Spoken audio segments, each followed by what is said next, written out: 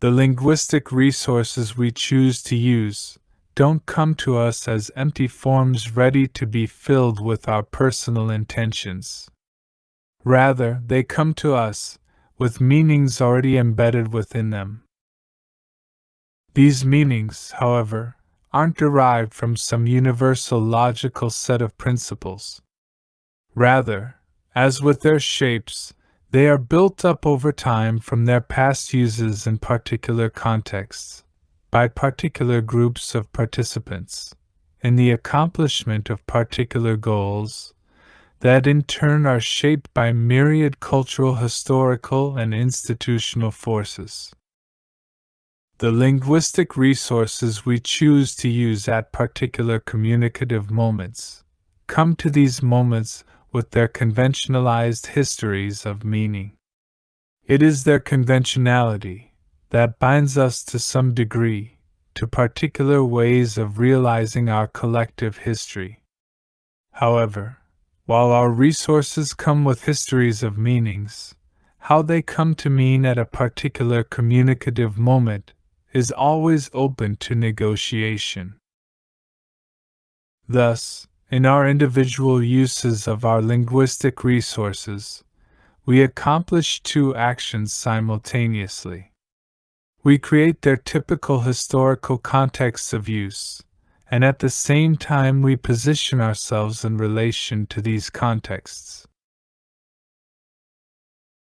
Going beyond very simple algorithms, some AI-based tools hold out the promise of supporting better causal and probabilistic reasoning in complex domains.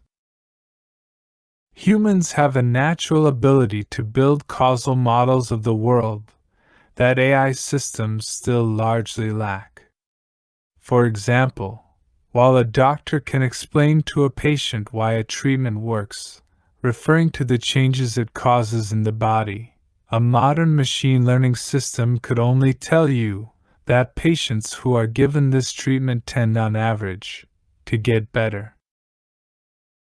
However, human reasoning is still notoriously prone to confusion and error when causal questions become sufficiently complex, such as when it comes to assessing the impact of policy interventions across society. In these cases, supporting human reasoning with more structured AI-based tools may be helpful.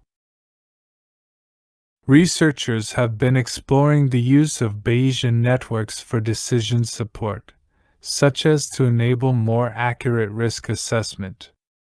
These may be particularly useful for assessing the threat of novel or rare threats, where little historical data is available, such as the risk of terrorist attacks and new ecological disasters.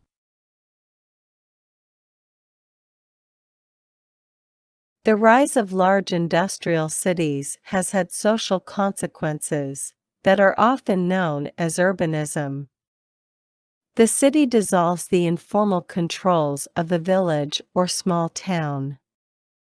Most urban residents are unknown to one another, and most social interactions in cities occur between people who know each other only in specific roles, such as parking attendant, store clerk, or customer. Individuals became more free to live as they wished, and in ways that break away from social norms. In response, and because the high density of city living requires the pliant coordination of many thousands of people, urban societies have developed a wide range of methods to control urban behavior. These include regulations that control private land use, building construction and maintenance to minimize fire risk and the production of pollution and noise.